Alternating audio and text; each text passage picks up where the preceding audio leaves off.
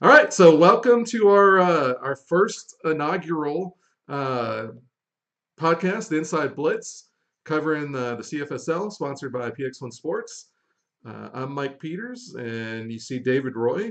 We are also your play-by-play guys for the game, so you guys get to see us live and in person.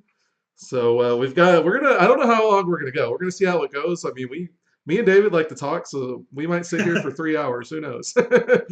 Might be 30 minutes. I don't know. We'll see. We'll see how the chat does, how long people are staying on and whatnot. We'll try to keep up with the chat and see what's going on. So, sports fans in the house. Wood Small finally got us. So, had a great week of action. A lot of good games on tap. Obviously, Notre Dame and Boise is the one most people are talking about. We'll get to that one down the road. Actually, let us know how we sound also out there, you guys in the Twitch chat. We are going to post this on YouTube, and we're also going to upload it on iTunes. So if you guys miss it, you guys can check us out on iTunes. You guys can listen in the car if you're on the road or whatever. So starting off, so the first game on the slate, we'll just go in order since FSU sorry, Boise and Notre Dame were kind of the big one. We'll end with that one. But first game on the slate was Tennessee and Florida State. Um, that one, a lot of guys, Florida State was coming off that 31-3 loss and against Ohio State, your Ohio State Buckeyes.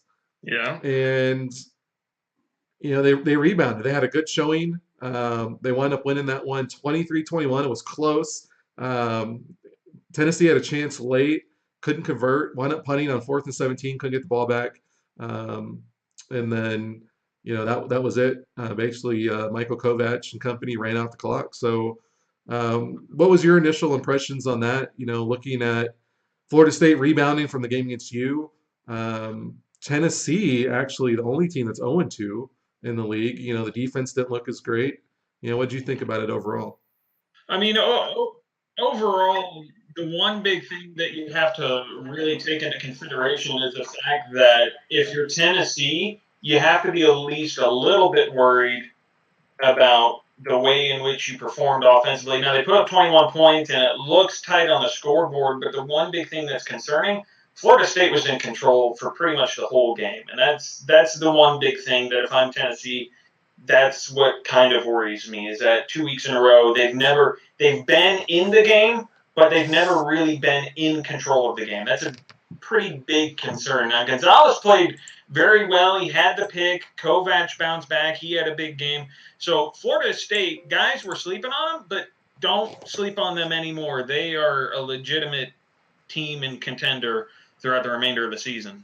Yeah, I think last week it was really weird. They were understaffed. They didn't have all of their recruits on their team.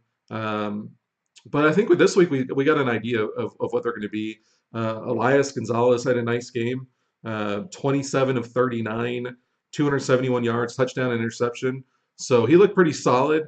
Kovac looked great. 27 carries, 118 yards and a touch. Really helped him close out that game late. Came up some. They weren't long runs, 4 or 5 yard runs, but he converted a lot of first downs. In the last quarter and a half or so of that game. So look really good. Tennessee, their defense, I don't know. It was not the same that we saw. Aaron Smith was not out there laying the lumber like he was in the first week. Maybe he was just really geared up that day. But yeah, it was not the showing that we expected. Like you said, they've been in both of those games, but they've looked like they were out of both of those games. Boise thoroughly dominated them for the most part in week one, and Florida State for the most part did in week two, and it was a little bit closer. Um, and they didn't need a touchdown late to stay in it. They legitimately had a chance down two late in that game, but yeah, they didn't. They got some work to do. Kyle Miller, we talked about him a lot. He was 31 of 48, 311, three touchdowns and a pick. Stats look pretty good, but it was kind of he was up and down. Like he had moments where we're like, man, he looks really good, and then there was a lot of times where we're like, what is he doing? Like he could have thrown more picks in that game.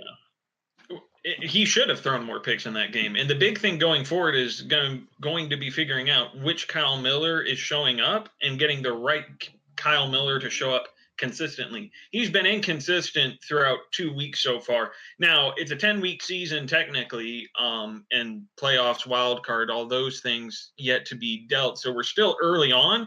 So there's time for Tennessee to get this figured out, but they really can't afford to go 0-3 to start off this season. And Kyle Miller cannot afford, to look the way he looked last week and the week before. Well, it's not going to be easy for Tennessee to avoid starting off 0-3 because they go to Notre Dame next week. So it's Yeah. Tennessee's got an uphill battle. I know Coach Scott Owens fired up, is looking at options and trying to figure something out. But they're definitely going to need to get things straightened out if they want to avoid that 0-3. We'll move on to the next game. That's the one that was closest to you.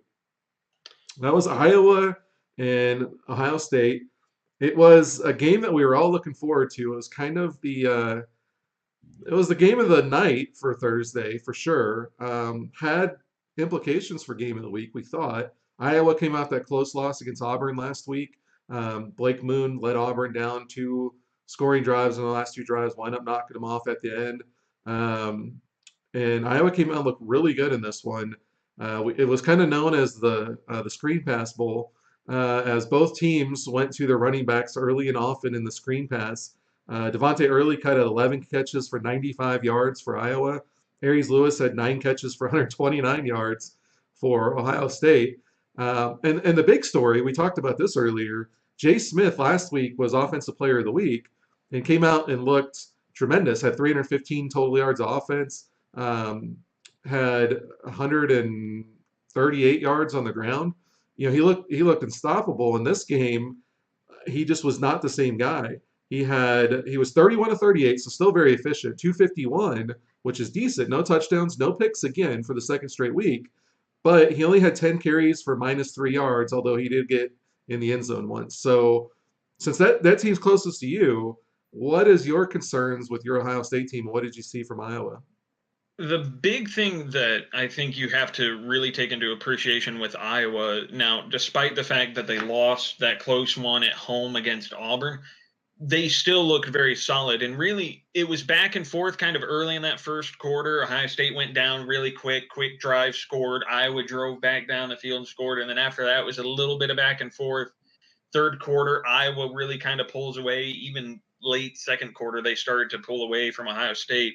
So I think the big takeaways for Iowa is that Justin Meese is solid in the passing game, 257 yards. He had the 1 pick, 16 carries for 44 yards and a touchdown. He's athletic. He's not a Jay Smith running wise. Now, the one thing I will say for Ohio State to be worried about is making sure that Jay Smith does not have a repeat of rushing that he did this past week. 10 carries for -3 yards. One, that's not enough carries for a guy like Jay Smith. -3 yards really isn't going to help him. And 251 yards passing, and that's a great stat line, but they threw the ball 38 times. Jay Smith is not a quarterback who you want throwing the ball 38 times. 20-25 at the max, but you want that balanced with him running the ball about 20 times a game. So I think the big thing is getting Ohio State to figure out how to really use their weapons offensively and put them in the best positions. They didn't do that this week, and they have a tough test at home again trying to do that this week. Yeah, this week they're going to face Hawaii at home. That's our Saturday game of the week, so that'll be the 1:30 game, and not going to be easy. Hawaii 1-1, so they had a really good game against Notre Dame week 1, and then they got off a little bit by having Blake Moon go down on the first drive. We'll get to that game in a little bit. But yeah, not going to be an easy test for Ohio State. You don't want to give away too much. But going into that game, is there anything that you see with Hawaii that you want to try to exploit without giving away any secrets, or is there anything that you did wrong in this game that you gotta fix going forward? The big thing going forward to fix is really just keeping Jay Smith more on the ground and getting him to run the ball more than what he did. I didn't really see a lot of spread option this week. I think that's something that was Ohio State's bread and butter week one that they need to try and incorporate a little bit more of. Figure out a way to get Aries Lewis going on the perimeter. 9 catches, 129 yards, most of those coming off of screen plays. I think that's telling not necessarily of getting him into a screen game, but what Aries Lewis can do out on the boundary, and then figuring out ways to get the receivers involved. I think that's the biggest thing that Ohio State really needs to do going forward. Yeah, Bobby Jackson hasn't gotten very much work at all. I think he's had 1 or 2 catches each of the first 2 weeks. I mean, is there anything you can do to try to get him involved more? We've moved him around a little bit. We're going to try out a couple of different things this week. We're going to move him around a little bit more. We're going to see how that works. We're obviously trying to do what we can to try to get him and Hunter Warren both involved as much as we can. But at the same time, they're going up against a lockdown secondary this week, a 5-star corner, a 4-star corner. That's a lot to ask, especially of a quarterback like Jay Smith, who's known more for his legs than he is for his arm. It's a tough task trying to get him involved early. Against weaker secondaries, they'd probably have a bigger game, but it's hard work to try and get them moved around and get them involved. Yeah, well, you guys had a big week in week one, and that wasn't a weak defense, that they were running on. So I don't know. The secondary is strong. It doesn't play for Jay if he has to throw the ball, but Hawaii's not the strongest up front. They do have a great middle linebacker, Chris Oley, so that's going to be interesting to watch. But it's going to be an interesting game. It's going to be interesting to see what both sides do. Now, talking about Hawaii, since we're talking about it, and we're kind of lead into the next game, Auburn and Hawaii. Tubaguts, the quarterback, the hefty lefty as he's known, 37 to 51, 373 yards and a touchdown. So your secondary isn't necessarily the strongest on paper. What do you guys got to do to stop the Hawaii offense?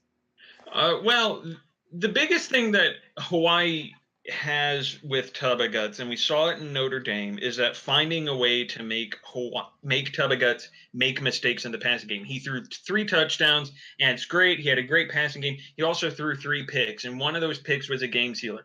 Now, Ohio State's secondary isn't good enough to really pull that off on their own to just drop back into coverage. But with 2 senior 5-star defensive ends, it's going to help to try and force Tubaguts into making some of those bad decisions that might force some of those interceptions and put the ball back in Jay Smith's hands. And if they can run the ball effectively, it will help them to chew the clock and maybe roll out a balanced attack offensively.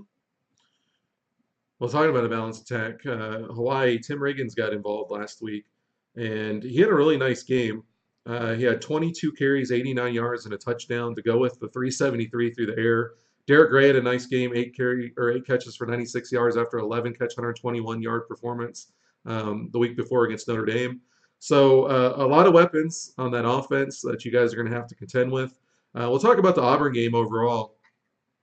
That game was shaping up to look really good as Blake Moon drives him down the field, goes 2 for 3 for 37 yards, has 5 carries for 36 yards on the opening drive, gets him down inside the 10, and then he gets hit. He goes down with a concussion, doesn't come back. Chris Williams has to come in, the walk-on cornerback.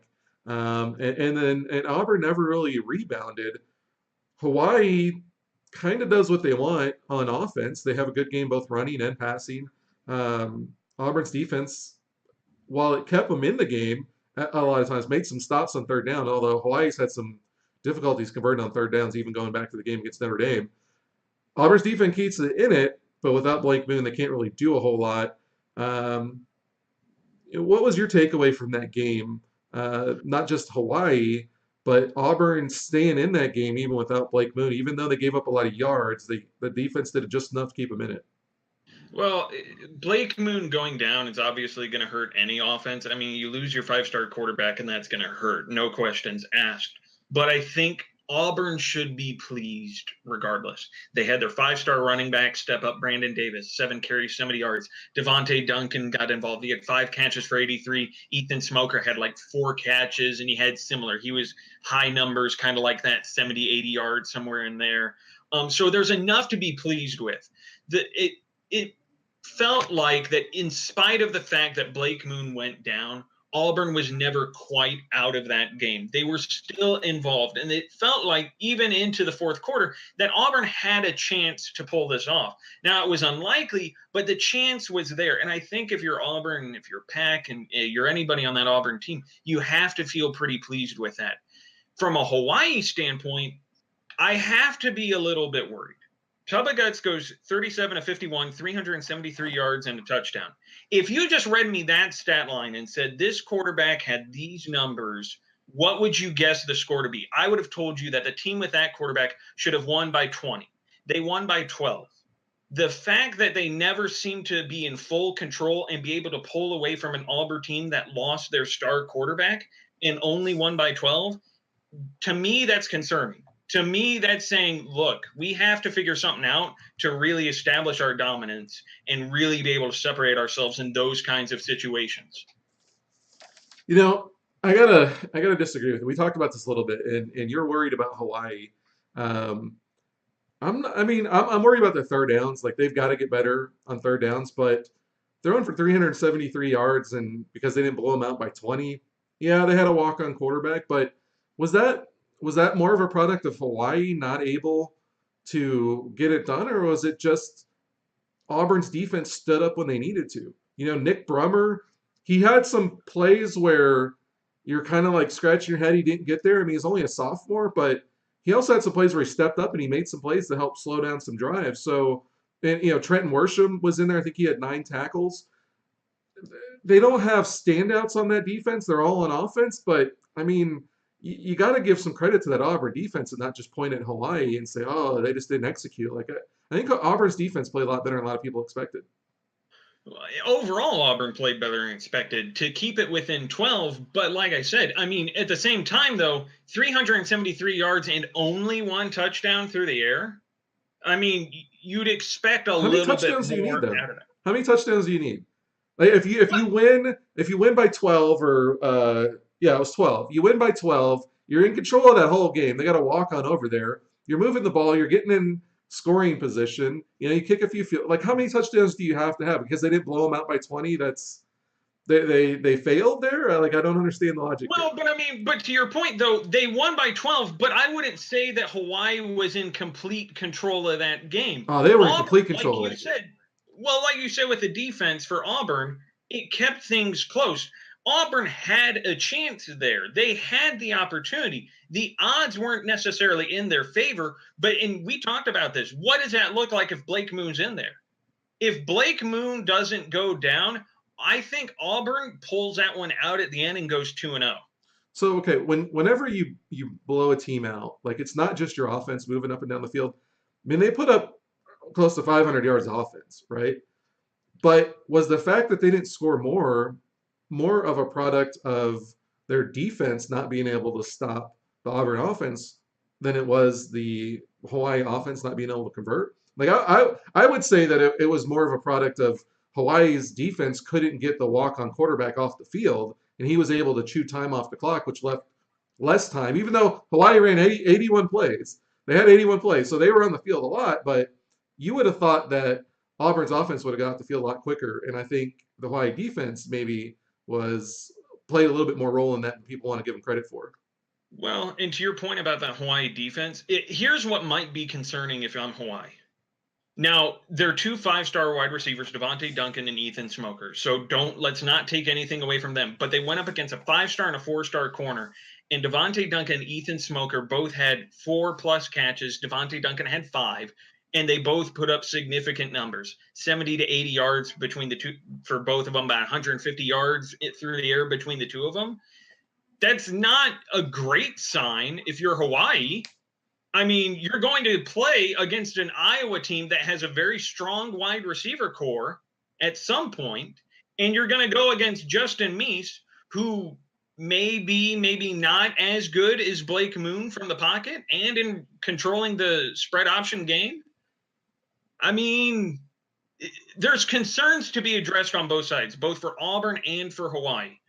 But if there's one team I'm a little bit more nervous about, it's Hawaii, simply for the fact that whether it's their defense, as you've pointed out, or the offense, as I've been talking about, they've got to figure something out in terms of limiting that, whether it's because of a backup quarterback or not. There's concerns that both teams need to address, no doubt.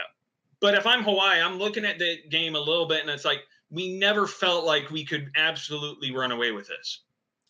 Yeah, I see what you're saying, and I kind of agree with you on a little bit. Hawaii's been somewhat disappointing. I think going into the season, I think a lot of us thought that, with their quarterback, with the pocket passer, they had a good running back, some decent receivers, great tight end. The three safeties, two stud cornerbacks, great middle linebacker. We thought they were maybe one of the most well-rounded team. Boise was somebody else we put up there.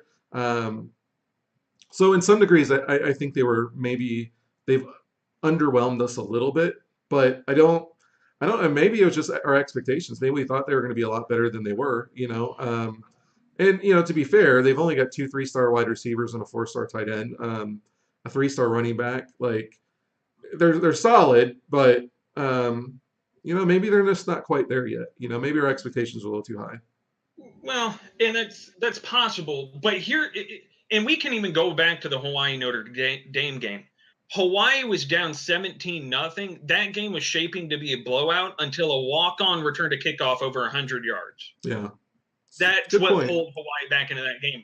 I mean, now they had a nice bounce back and they won this one, and they seemed to be fairly in control, but not completely to the point that you would have expected. So now they're going against Ohio State, who has a weaker secondary, that you would think that, we have to take advantage of that if we're Hawaii. But that front seven at Ohio State is not a joke either. I mean, and we've seen that over the past couple of weeks. They're not something that you would necessarily want to quite sleep on either. It's going to be an interesting matchup. But down the stretch, if I'm Hawaii, the concern is, how do we take control of a game offensively and defensively going forward? That's going to be the key. What can they do? They haven't taken control yet. They have faced a really tough team in Notre Dame, and I think a team that would have been even tougher had they not lost Blake Moon early on. So definitely going to be interesting going forward. We'll get to the games coming up. We'll go into depth on a little bit more on those later on. Well, let's get to the last game, the game of the week, Notre Dame and Boise. That game, that one surprised a lot of us. I mean, we knew it was going to be a good game, and I think the outcome as Boise winning to go to 2-0 isn't really a surprise. It's more or less how they did it. They ran for over 400 yards against Notre Dame. A Notre Dame team that shut down Tim Riggins in the Hawaii running game the week before. Boise did not have that problem, ran for over 400 yards. Adric Berry had 187 yards and 2 touchdowns on the ground. Joe Friedrich had 187 yards rushing himself. They each had 187, which was crazy. Berry had 26 carries. Friedrich had 25. And Berry just had the 2 rushing touchdowns, but they both went crazy. Berry also looked really good in the air. 16 and 22, 112, 2 touchdowns. I mean, he didn't throw it a lot, but it felt like midway through the second quarter, maybe they started to see, hey, the read option's working, and they just never went away from it the rest of the game and just ran all over Notre Dame. Wound up being a 13-point game. Didn't even feel that close for a lot of the second half. What happened there? Like, what happened to Notre Dame? Why was their defense so effective against Hawaii?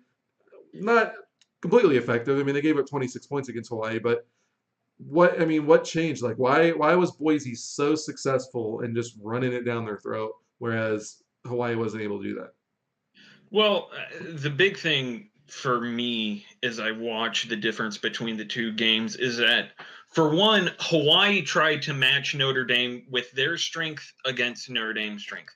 They went to their huge quarterback with a cannon, and they asked him to throw the ball down the field, and he had this wonderful passing game, threw over 300 yards again, and all these different things, and he attacked that secondary, and he threw for 3 touchdowns, and he also threw 3 interceptions, one that really sealed that game away. And so Boise comes in this just and says, look, that Hawaii threw 3 picks. We don't really want to mess with that secondary, so let's run it in a way that their secondary can't get involved. So they go to the ground, and they go between Adric Berry and Joe Friedrich, and it's like, what can you do? If you try and take away Berry, Friedrich is going to go off and he's going to have a big chunk. If you try and take away Friedrich, then Berry's just going to keep it and go away. There really was no answer for this 1-2 punch. And when you think of a 1-2 punch for a running game, you think of your first quarter for your first running back and your second running back. In this case with Boise, with the way they ran the option game, it was the quarterback and the running back. That was your 1-2 punch for Boise.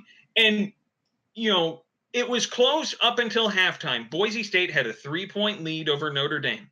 Then the third quarter happens where Notre Dame put up 7 points, and then Boise State went off and scored 17. The one good thing, or bad thing, if you could look at it either way, the fourth quarter, nobody scored. Now, part of that is because they didn't need to score anymore.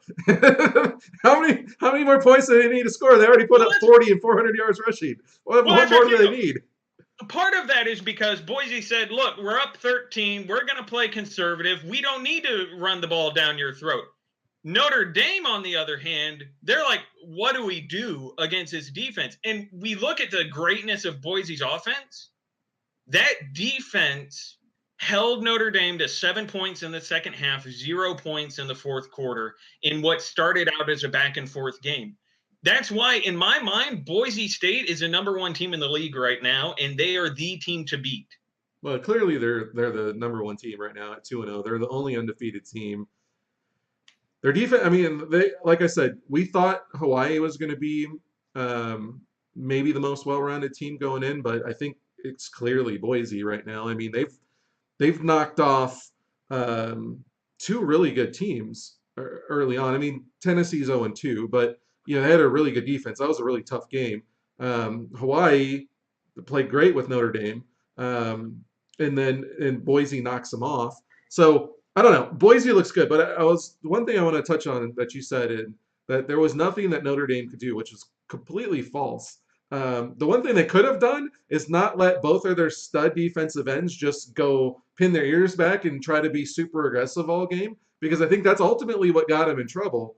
Is they were trying to get after the quarterback and make big plays in the backfield instead of staying at home and saying, all right, let's let our stud defensive tackle, Tyson Ali, who had 8 tackles, 2 tackles for loss and sack, was shutting down the screen game. Every time Boise tried to run the screen, Tyson Ali blew it up at the line of scrimmage or in the backfield. So instead of letting him make plays and let them try to run it up the middle and force them to run it up the middle, they just pinned their ears back, and that's what happened the whole game. Is Boise just options off the defensive ends all game, completely neutralizes them, takes them out of the game. So 100% they could have done something different, but they didn't adapt, and they kept just getting more aggressive as the game went on. And Boise said, "Hey, this is working. Let's stay with it." Well, but I think that's part of what Boise's genius was going into this. You look at what happened in the Boise-Tennessee game. We didn't see this kind of a running game from Adric Berry. We saw him be very successful passing the game. We saw Jason Neihart make a few plays and everything. We saw Berry throw a bomb downfield that went for 6 against his Tennessee defense. And so if I'm Notre Dame, I look at that game and I say, man, we're gonna see if they're gonna try that against us. Let's go after him. Let's try and rattle Berry early. And instead, Boise game plans for it, expects that, and says, nah, we're going to make your secondary try and beat us in the running game. And look at what happened. Tyler Smith and Antoine Curry were Notre Dame's leading tacklers. They both had 10 tackles. Between the two of them, both of them each had 10 tackles. You're saying you don't like to safety your 2 leading tacklers, and that was a huge problem for Notre Dame. Yeah, and that's the big thing. And I think that's part of what Boise did well in game planning was expecting those defensive ends to come after Berry and really put the pressure on the secondary to make plays in the running game instead of the passing game. Well, I don't know if they completely planned for it. I think they didn't really start pounding the read option until like midway through the second. And then it was just like, oh, hey, this is working. Let's just stick with it. And so give credit to Boise is they figured it out as it went along, and they kind of they stuck with what was working, and Notre Dame just didn't have an answer for it. One thing I want to touch on the Notre Dame offense is Ty White is one of those quarterbacks we thought was going to be kind of a Jay Smith kind of quarterback. Mhm. Run, maybe not be the best passer in the league, but maybe affect things with the ground. Maybe a little bit more well-rounded. Second straight game, not a lot going on. Ty White was 13 of 22, 168, a touchdown and a pick. Rushing 18 for 73, not a bad game, but under 4 yards per carry. Notre Dame's offense is putting up points. They put 28 this week, 33 a week ago, but they're they couldn't. They needed 3 picks out of that secondary. They couldn't put them away. They had a great game from David Woods last week. They had a good one this week, 95 yards and 3 touchdowns. But their defense maybe seems like the biggest hole. But then their quarterback also isn't. Without that running game, I don't know what's going on with their offense. Yeah, it's a bit disconcerting when you look at a team and they manage to put up 28 points and you walk away from that saying, how the heck did they come away with 28 points at all? It's really kind of disconcerting, especially considering the way that game started.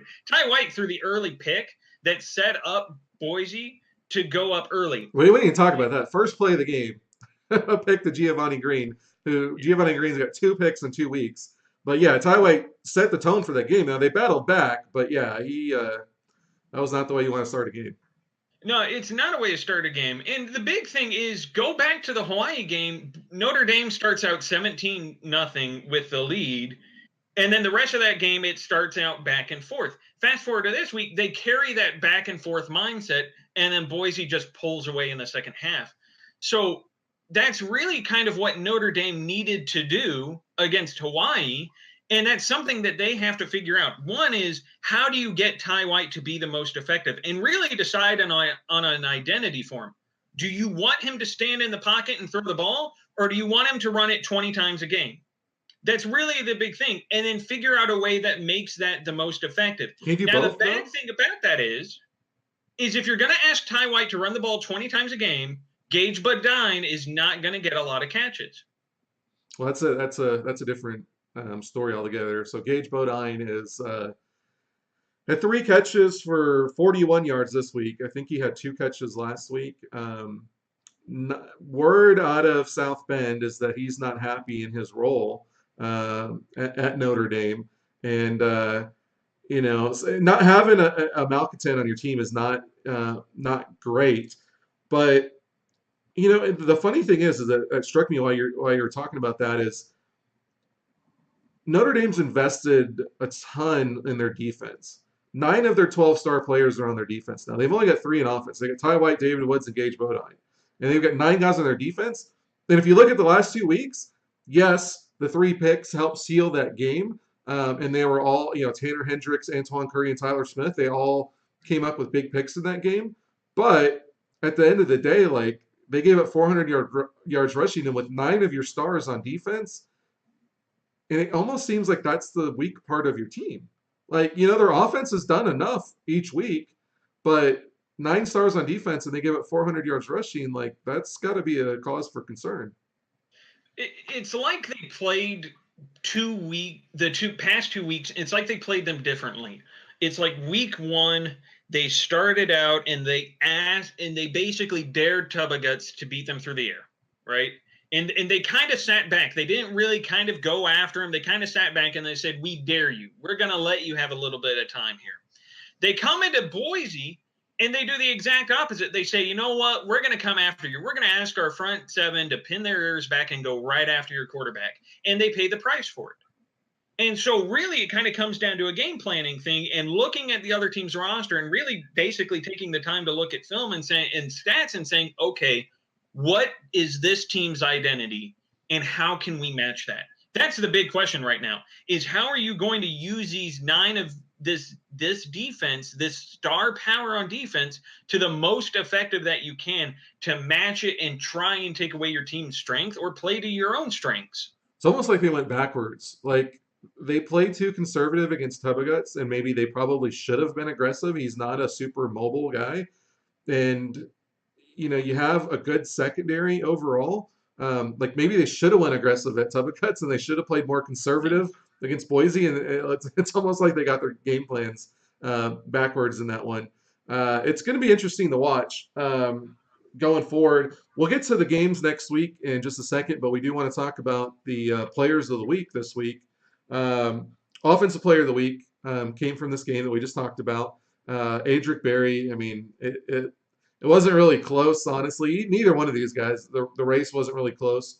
We have the players in the league vote on the player of the week. Adric Berry, as we said earlier, 16 to 22, 112 yards, 2 touchdowns in the air, 26 carries, 187 yards, 2 touchdowns on the ground, 4 touchdowns total. It was 299 yards of total offense.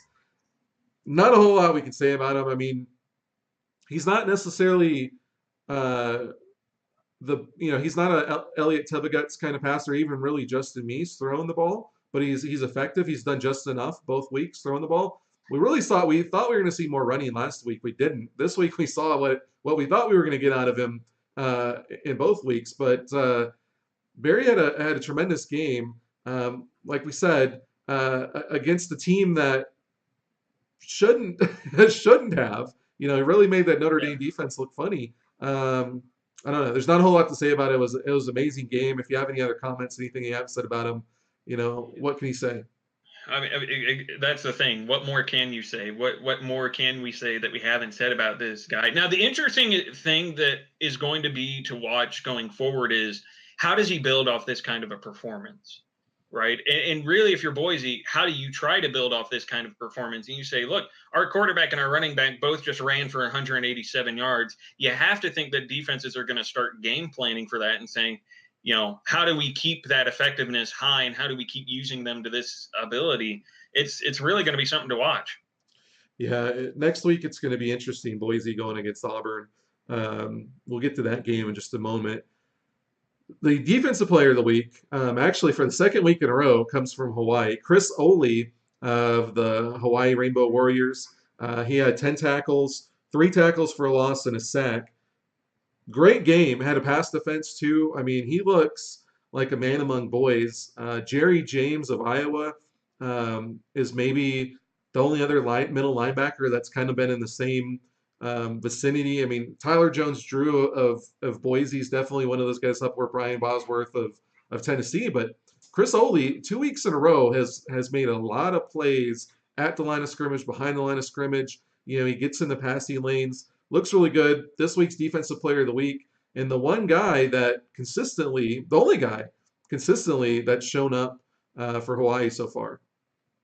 Yeah, and it's going to be really interesting as Hawaii kind of starts going into facing teams that are like a Notre Dame, that they run a bit more of a read option type game, that it's going to put more pressure on Chris Oley. And so far, he's lived up to that kind of pressure.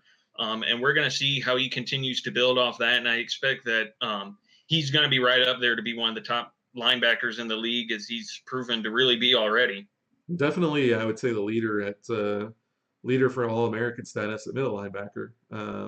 Really good. I mean, he's become one of my favorite players to watch, just because he plays the middle linebacker position like you like to see. He's a throwback to Dick Butkus, Mike Singletary, Brian Urlacher. I don't know why I'm all going Bears, but he's one of those throwback kind of players. Get down and dirty and make plays, and so definitely a fun player to watch and somebody to keep an eye on going forward. We'll get into next week's games. And give a little preview on what to expect. The first one is kicking off 7 o'clock on Thursday is our kickoff game, Boise against Auburn. So this is an interesting game to me. Blake Moon's coming back, coming off the concussion. Boise's coming off the 400-yard rushing game, which we already talked about. Another team, a team that's actually complete opposite of Notre Dame in the way they have their team built to some degree. They've got 3 5-stars on their offense, does Auburn. Not a ton of star power on their defense. Now, we talked about they played solid and they kept themselves in that game against Hawaii. They're going to be in for a stiff test against this Boise team that showed they could run the ball and go downhill. And if they get going, they're going to be hard trained to stop. What do you see from this one? You know, the two five-star wide receivers, Ethan Smoker and Devontae Duncan, going against the five-star and four-star cornerback, maybe the best cornerback tandem in the league. It's gonna be a tall order. Now, the one thing Auburn has going for them is it's gonna be their first home game. They started off on the road. They came away 1-1. Boise's going on the road. Auburn's not an easy place to play. It's a night game. What do you think? What do you see out of this one? The big thing, you know that Boise is going to look at that defense and say, look, we're going to try and repeat what we just did against Notre Dame. We're going to ask Adric Berry to carry the ball about 20 times. We're going to ask the same thing of our running back Joe Friedrich, and we're going to ask that between the two of them they run the ball about 50 times in this game, meaning that Auburn's Blake Moon and his two five-star wide receivers, Devontae Duncan and Ethan Smoker, are going to have to find a way to make big plays. And that's a tall order against a secondary that you expect is probably going to neutralize those two wide receivers. However, they just went up against, two pretty good corners for Hawaii. They had a five-star and they had a four-star in their secondary. And these two five-star wide receivers found ways to get open. So I think the wide receiver corner matchup between Auburn's wide receivers and Boise's corners is really going to be the most enticing thing about this game, especially with Blake Moon being back and able to conduct this offense. Oh, and in case you forgot, you have Brandon Davis in that backfield, who's a bowling ball of a running back, who's going to look to run over everybody in this Boise front seven. And you have Chris Bullard as a tight end, who's shown to be able to be a nice safety valve for Blake Moon from that quarterback spot. Brandon, it's interesting this game. Brandon Davis going against Joe Friedrich. They're very similar running backs. Obviously, Friedrich has been more successful early on in this one, but Auburn's definitely going to need to find a way to get Brandon Davis going. And it is, that's a good point about Devontae Duncan and Ethan Smoker. They were going against, a five-star and a four-star Wes Philo, who doesn't have a ton of stats, has locked down, completely neutralized the number one receiver on both opponents the last 2 weeks. Like, they have done nothing. So he doesn't have the stats that you might see out of your number one. He's going to get him, I get, because he completely has dominated his assignment the last 2 weeks. So you got to wonder if Auburn doesn't move Devontae Duncan off of the number one, try to put him on the number two guy, and then you keep Ethan Smoker in the slot. Maybe you create some matchups that way. But to your point, going against that defense of Hawaii, Duncan and Smoker both had catches. Duncan had 5, I believe it was 5, and Smoker had 4 for like 64. And that was with a walk-on quarterback. You get Blake Moon out there and he add his running game to the mix, and you make that defense, a little bit more nervous about what he's going to do. That might create some holes. So I was actually pretty impressed with that Auburn receiving group. As much as they were able to get open and help Chris Williams out in that game, I think that is interesting because they seem like it doesn't really matter who they're up against. I don't think the Auburn game plan was what they wanted week 1 against Iowa. This week, I think they had a good game plan. You could see it on that first drive. Blake Moon looked amazing. He just happens to go down. The walk-on comes in. So it is going to be interesting. I think their defense, it's going to – I don't know. It's hard to predict what's going to happen in this one. Does Boise keep trying to do what they're doing? They don't have a ton of talent on the Auburn defense, but Trenton Worsham and Nick Brummer, they show up and make plays. They got other guys on the defense that make plays, and then Darius Bowman and that Tyler Jones-Drew and those guys and that Boise back seven, they've got the work cut out trying to shut those guys down. And I think that the one thing that Boise needs to caution is that they don't make the same mistake that Ohio State did. Ohio State had their blowout win, and they got really cocky, and then they went against Iowa, and Iowa kind of took control and wrestled it away from them. If Boise has that same kind of mindset against Auburn this week, Boise might find their first loss of the season if they're not careful. I think people are sleeping on Auburn. If I had to pick somebody to win, I think it probably would be Boise, but I think it's going to be a lot closer than people are imagining it to be. Yeah, I think so too. I think Blake Moon getting hurt, I think robbed us of a really good game between Hawaii and Auburn. I think that was that. It was only one drive, and we don't know how Hawaii would have rebounded. But man, that he looks really, really good coming off of that week 1 win late, that fourth quarter heroics against Iowa. Moon looked really good. So I'm excited to see him back out on the field this one. Hopefully, hopefully this one's going to be a good one. Boise looks like a juggernaut. Right now they look like the clear favorite, but we'll see. We'll see how things go. It's a long season. We got 7 weeks left of the season, so we'll see how it plays out. We'll see if Auburn can pull any tricks out of their hat. And Devontae Duncan and Ethan Smoker, they're going to be tough to contend with. And like you said, they got Brandon Davis and Chris Buller too that are weapons. So definitely not going to be an easy task. Moving on to the second game. The second game of the night on Thursday is Tennessee against Notre Dame. Notre Dame is one of those teams we talked about. They've looked really good. They were coming in, especially off of the week 1 win over Hawaii. We thought maybe they were the best team in the league. There was definitely conversation. You could say they looked better maybe than Boise did in that week 1 against Tennessee. This one, offense does just enough to keep them in the game, but their defense just falls apart. Now they're going against a Tennessee team that is 0-2. They're the only 0-2 team. Their defense looked phenomenal against Boise, and after you see Boise's offense against Notre Dame, you're like, wow, that Tennessee defense is really good. But then going against Florida State, they don't look that great. I don't know what to make. I don't know what to make of Tennessee, and honestly, I'm not really sure what to make of Notre Dame. How do you see this one shaking out? The big question that I have coming into this is which Kyle Miller is going to show up. Now, keep in mind, Kyle Miller this past week against Florida State, it looked like he should have thrown at least 5 interceptions. I mean, just the way it played out and the way some of those plays looked, that's how bad that looked. Against its Notre Dame back 7, now Florida State's isn't one to sleep on, but against its Notre Dame back 7, Kyle Miller cannot afford to be that aggressive and that careless with a football as he was against Florida State. Notre Dame will make him pay for it. The biggest thing for me for Tennessee is get your running game going with Kennedy and find a way to get Kyle Miller looking comfortable. And then just ask your defense to do what they've been doing over the past 2 weeks. Keep them in this game and at least give your offense some kind of a chance.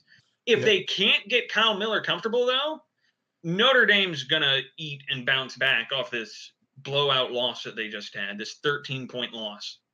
Boy, yeah, it's a 13-point loss is a blow, but that game, if you're going to call it a blowout, yeah, it felt like they lost in a blowout. It didn't feel close in the second half, or most of the second half. You made a good point about getting Mitchell Kennedy going in the run game. They haven't had a run game in the first 2 weeks. Their passing game, Kyle Miller throws for 311 yards, 3 touchdowns, interception. If you look at it on the stat sheet, it looks like a good game. It looks like Kyle Miller is establishing himself as one of the best quarterbacks in the league. But like you said, he easily could have thrown 4 or 5 interceptions. There is a handful of plays every game where you are in the booth and kind of look at each other and like, did that just happen? Like, what is he doing? And he's gonna have to refine that. I don't know what they can do. He's obviously young and he obviously has a lot of talent.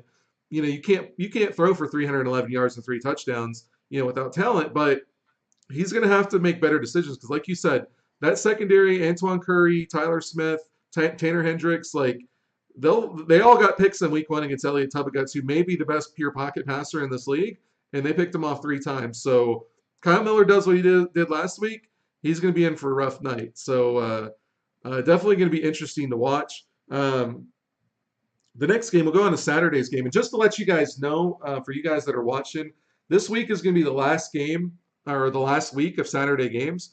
Judging by our viewership early on Twitch, Thursday nights are averaging twice as many viewers as Saturdays.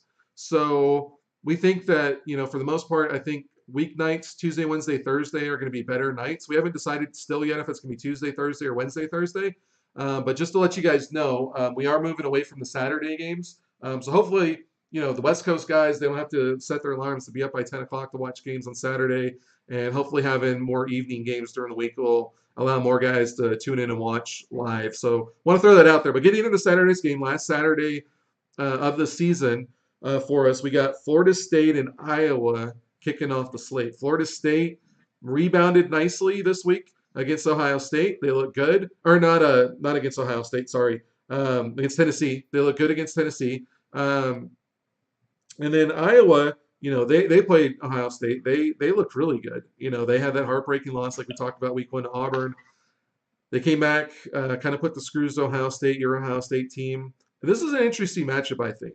Florida State, we don't know what we're going to get from them yet. They had one really bad game, one really good game. But the really good game was against a two-loss team. Iowa has looked good, but lost week one. Looked really good week two. Don't know what to expect from them though. We still don't know. So what is this game, and what is it going to tell us? What is it going to tell us about either team? Obviously, I think if Florida State wins, we know they're legit, right? Iowa's a top four team. You got to say at this point probably. Florida State wins, okay, they're legit. They're for real. But if Iowa wins at home against a team that got blown out by Ohio State, does it tell us anything about Iowa? If they win, I think the one thing that it depends on the way in which they win. I'll put it that way. If it comes out and it's a tight game and they need late game heroics from Justin Meese, kind of like what was done to them at home by Blake Moon and company, then I would say it tells us more about Florida State than what it does about Iowa. It tells us that this was a game between two very good teams and that Iowa just didn't do enough to pull out the victory, if it's close. If Iowa does to Florida State what Ohio State did to Florida State, it tells us really nothing that we didn't already know, which is that Iowa is a top four team. They're going to be a contender. And Justin Meese is an all-around very good quarterback, borderline great or potentially great, depending on what shapes off down the road. If Florida State wins, and I think the odds for Florida State to win are very real, the potential is there. That what that tells us is that both of these two teams, it's going to depend on the way the schedule falls out to see who gets into the playoffs at the end of the season. I think that's the one big thing that it will tell us is that if Florida State beats Iowa on the road in that environment, that Florida State is one for real, and two, that they have a legitimate chance at making the playoffs, but the schedule is going to have to go their way and they're going to need some luck along the way and things like that. Unless they, manage to win out. I don't know that happens, but it's so, as we've seen so far, you never know what you're going to get. I don't think any team's winning out. This league's too competitive for that. Yeah. Well, and I mean, the thing of it is, though, is that what is Florida State's identity, right? I think last week is a good indicator. They're going to be balanced, but what are they going to really lean on this week against a top-tier Iowa defense, against a wide receiver core that's solid for Iowa? What is Florida State's real identity? I think that's the one big thing we're going to find out this week, whether Florida State wins or whether they lose. I imagine it will be close. I don't know. Part of me wants to lean Florida State's way. I think they have a chance to pull this off. I don't know. So the one thing I think that we don't know about this game is Tennessee doesn't have a great offense. Kyle Miller threw for 311 yards, but they've had no running game through the first 2 weeks. They could not get a running game going. And the only reason they threw for as much as they did is because they just had to keep throwing to try to stay in the game because they had no running game. So I don't know that we've seen anything about this Florida State defense. We saw them give up 31 to an Ohio State team that did not look good against Iowa. And then we've seen them, win a close game against an offense that hasn't really shown us a whole lot in 2 weeks. So I don't know.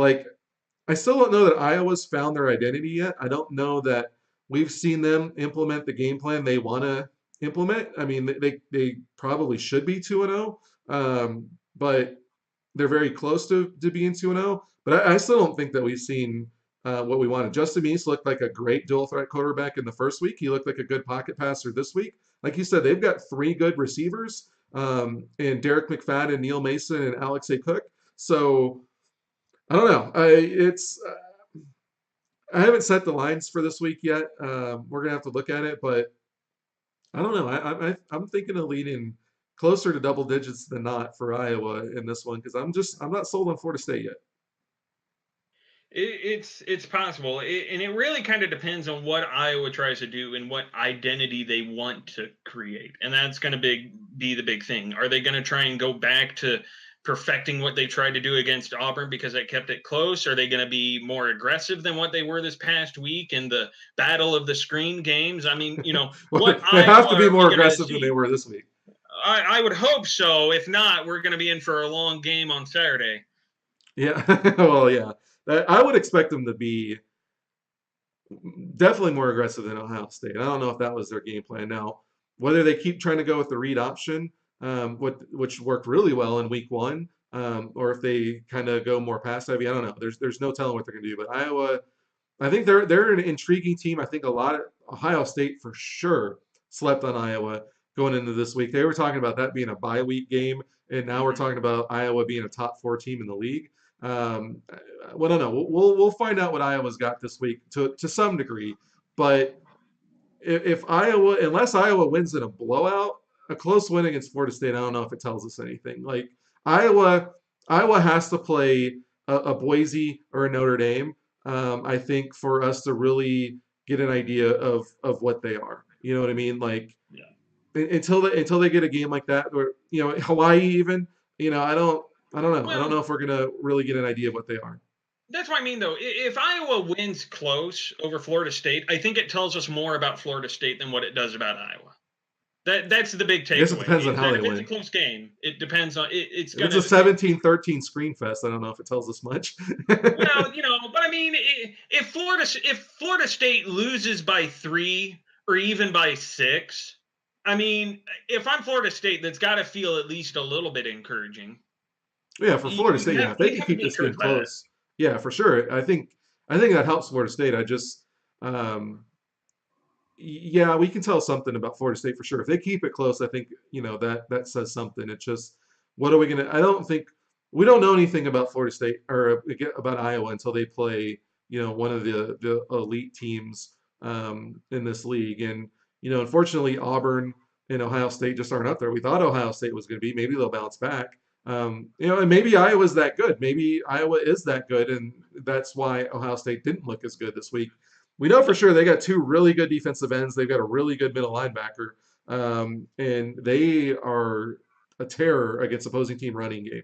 So that's going to be an interesting matchup with Michael Kovac back there. He looked really good this week running against a strong Tennessee defense, but Iowa's front seven is a different story.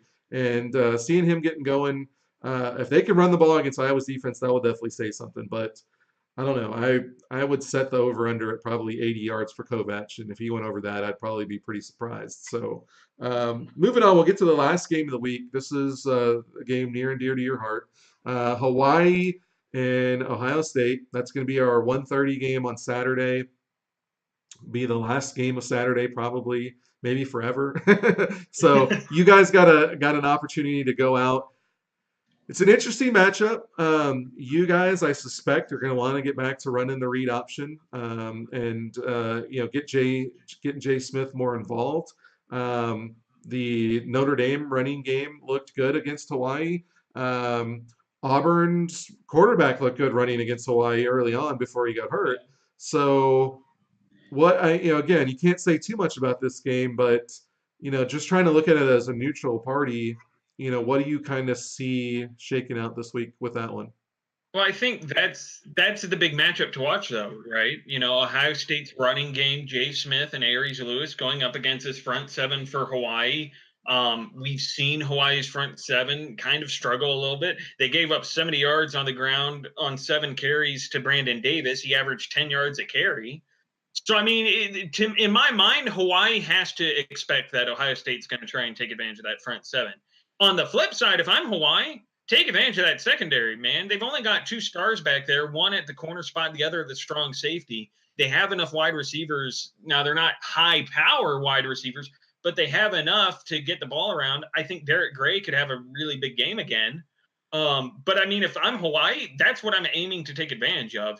And if I'm Ohio State, that's what you have to figure out on how to slow down, at least a little bit. Yeah, it's going to be interesting. Like we said, Notre Dame maybe went with the wrong strategy the first week, maybe played too conservative against them. Maybe, I'm not going to ask you to give it away, but maybe Ohio State tries to dial up the aggression. Now, I will say the one thing that is going to be similar this week to the Notre Dame game, even though Notre Dame doesn't have this, or Ohio State doesn't have the stars that Notre Dame does in the secondary, they've got two beasts at defensive end, Khalil Miller and Jamal Chapman. And those guys are going to get after the quarterback. And if they can force Tubaguts into some pressure plays, Granted, you guys don't have the star power back there, but you got Marquise Mack and Brandon Palacios.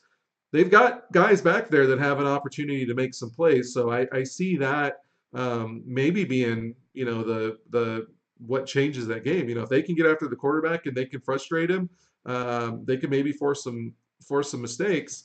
If not, then Hawaii might have a big game against that. Conversely, looking back, on the other side, Ohio State, I told you this going into last week's game. I didn't like your game plan. Um, I think Ohio State has to be what they are, and they are what all Ohio State teams are. They've got a triple threat option quarterback. They've got a great running back that's in the mold of maybe Ezekiel Elliott, and that's who they are. They've got a great wide receiver on the outside. Maybe the best that Ohio State's seen since David Boston way back in the day. So I think that's what their identity is. I think you line up and you run the read option until they tap out or they prove that they could stop it. Obviously, don't tell me if you're going to do that or not. We've got the Hawaii coach in here, but I think that's what a lot of these teams. There are a lot of balanced teams. I think Iowa is one of the more balanced. I think Florida State's going to be really balanced. I think Auburn could be balanced. I think Notre Dame's balanced. They don't have a ton of weapons, but there are a few teams in this league that are what they are. I think we know Hawaii is a pass happy team. They threw the ball 51 times and had 81 plays. They're not an air raid team, but they're a pass happy team. I think you guys, I think, are the quintessential read option team. Like you got to line up and do what you're good at and make them stop you. You throw out some wrinkles, here and there, but I don't know. I see you like gearing up there. You wanna address it, so I'll give you an opportunity. But my advice to Ohio State is be what you are and beat them at what you're good at.